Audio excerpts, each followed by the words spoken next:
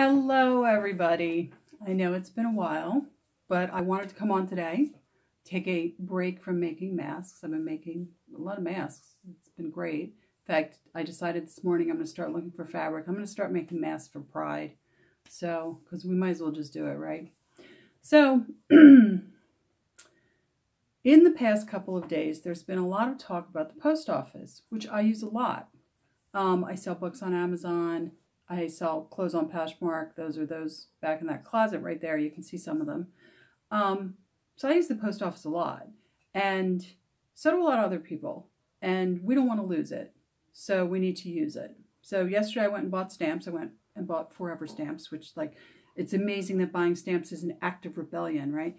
And then when I went today to mail some more masks, I decided that I was going to come on here and just show you guys a really quick, easy project that is especially kind of nice for older kids, like preteen and teenagers. I did this project a couple of years ago through the Hamilton Art Center. So basically what the project is you can go to the post office and you can buy these. These are they're about 3 by 5 and they're a postcard. And this is the postage up here.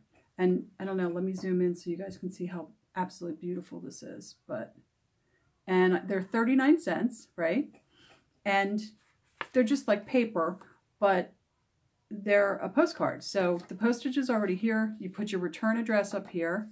You put the address of the person you're sending it to here. And then you can put a little message. And I thought, well, this was a great time to do these because you can't get out, but you could send a message to whoever, an aunt, grandmom, a friend who lives in another state, whatever.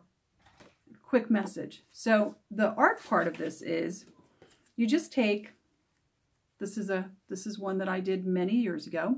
And by the way, I got this idea from an old friend named Tracey Howell. Hey, Tracer. And you just go through your magazines, catalogs, whatever. You just cut out pictures. You can even go out on the internet and print stuff out.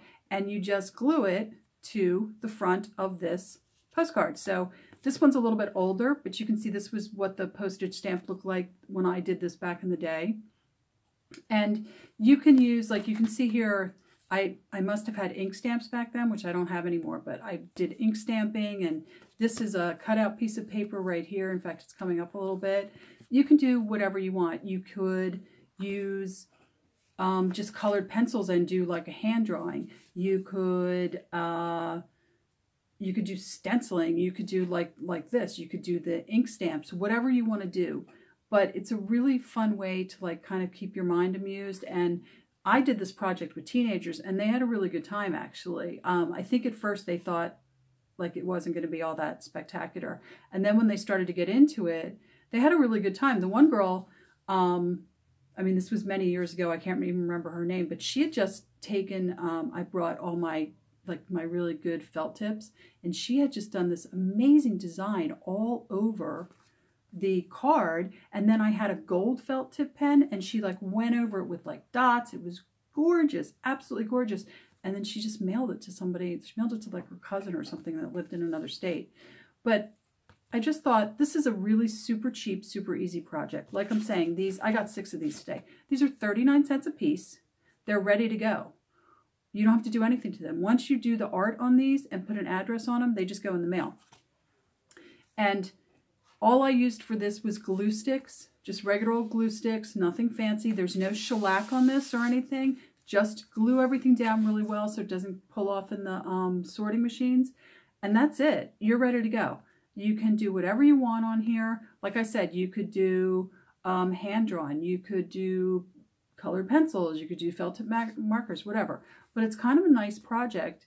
It doesn't take a lot of time. It gives you something to do while you're quarantined.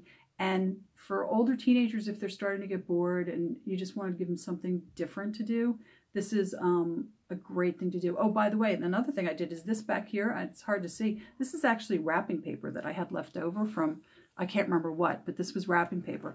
So that's how I did it. It's super easy. I'm telling you guys, try it. And not only is it a fun craft project, but we'll be supporting our post office. Let's all be rebels and support the post office, right? So let's keep the post office in business. Let's have some fun doing a little art project. And I'll see you guys in the next video. Don't know what I'm going to do for the next video. Still don't want to do a video about making masks because I still think that the quilters are doing a better job than me. By the way, when I said they're fucking it up, I don't mean that in a bad way. I mean that in the old school punk rock way. Like back in the day, if you were into punk, you would say to somebody, hey, how was the show the other night? And they'd say, oh man, they fucked it up, which is really good. Meant they really just, they did such a great job, right? So I just wanted to make sure that people don't think that I'm saying that quilters are fucking things up because they're not. But anyway, on that note, I'm going to go. And everybody stay well, stay mentally healthy. I know it's difficult to be isolated.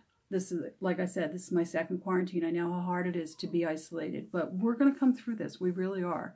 And when we do, we'll all meet in the street and we'll have a big hug and we'll go to dinner and we'll do all the things that we used to do. And until then, like I said, stay well and I'll see you guys in the next video. Bye.